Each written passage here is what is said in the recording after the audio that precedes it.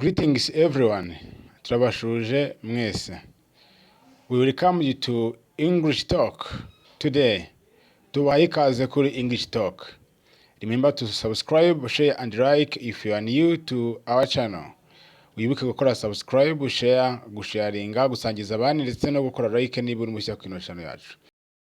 Today we bring you 15 most useful questions and terms you needed in our everyday lives. None tubazaniye ibibazo by'ingenzi umuntu akenera kubaza cyane mu buzima ndetse n'amagambo akoreshwa cyane. 15. The first one is how old are you? How old are you? Mu Kinyarwanda bivuze ngo ufite imyaka ingahe. For example, how old are you? Ufite imyaka ingahe? I am 10 years old. Mfite imyaka 10. Number 2. Where are you going? Ugiye he? For example, urugero. Where are you going? Ugiye he? I am going to school. Ngiye ku ishuri. Number 3. What are you doing? What are you doing? Uri gukora iki? Uri gukora iki? For example, what are you doing? Uri gukora iki? I am cleaning my table. Ndimo ndahanagura ameza. Number 4.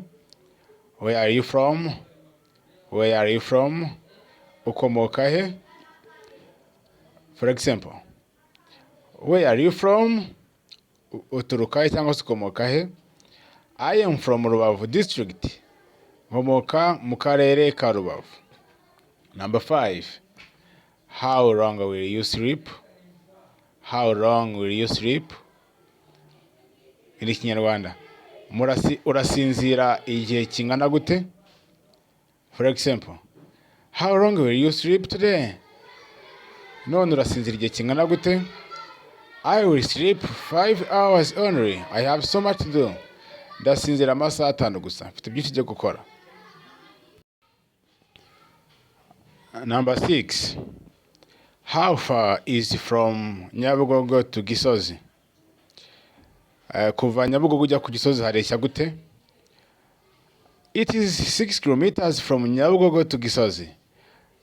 Kuva Nyabugogo ugera ku Gisozi harimwo ibirometero 6. That's an example. You can put more examples. How far is from your home to school? How far is from your home to market? And so many examples. Number 7. What is her name? Izina rye ni irihe cyangwa se yitwa nde? Her name is Justin. Izina rye yitwa Justine. Number 8. What does he or she do? What does he do? What does she do? Akora iki? She is a teacher. Ni mwarimu. Number 9. Who is that? Who is that? Who is that? Uriya ninde? Uriya ninde? That is my brother. That is my brother. Uriya ni musaza wanjye. Cyangwa se uriya ni murumuna wanjye niba ari umuhungu. That is my brother. Number 10. Whoever. Whoever. Whoever in Kinyarwanda bisobanura mu Kinyarwanda bisobanura ngo uwo ari we wese. For example, help whoever needs help. Fasha buri wese ukeneye ubufasha. Another example, whoever comes in will be given something. Uzajya yinjira wese hari ikintu azajya ahabwa. 11. Whenever. Whenever. Igihe icyo ari cyo cyose. For example, whenever you study, you get knowledge. Igihe cyose wize ugira ubumenyi. Whenever you work, you get successful. Igihe cyose ukoze uratsinda cyangwa se ugira kubyo ushaka. 12.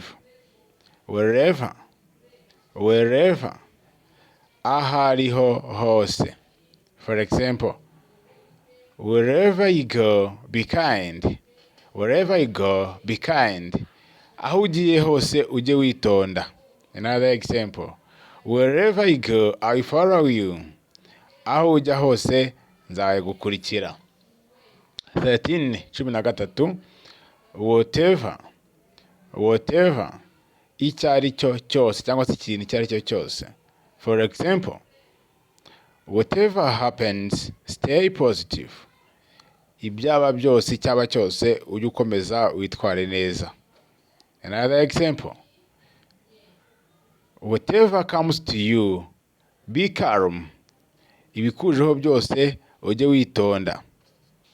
14 who is knocking?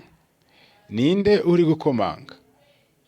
For example, who is knocking at the door? Ninde uri gukomanga ku rugi? 15 where do you live? Utuye he? For example, I live in Kigali, Rwanda. Ntuye i Kigali mu Rwanda. Where do you live? Utuye he? I live at Kacyiru, Nyarugenge. Ntuye Kacyiru muri Nyarugenge. Thank you very much. This is the end of today's lesson. Turabashimiye, uyu ni umusozi w'isomo ryacu rya none. We thank you to always be with us. Tubashimiye guhora muri kumwe natwe. Remember to subscribe. Mwibuke gukora subscribe and share. Thank you. May God bless you. Murakoze, Imana ibahe umugisha.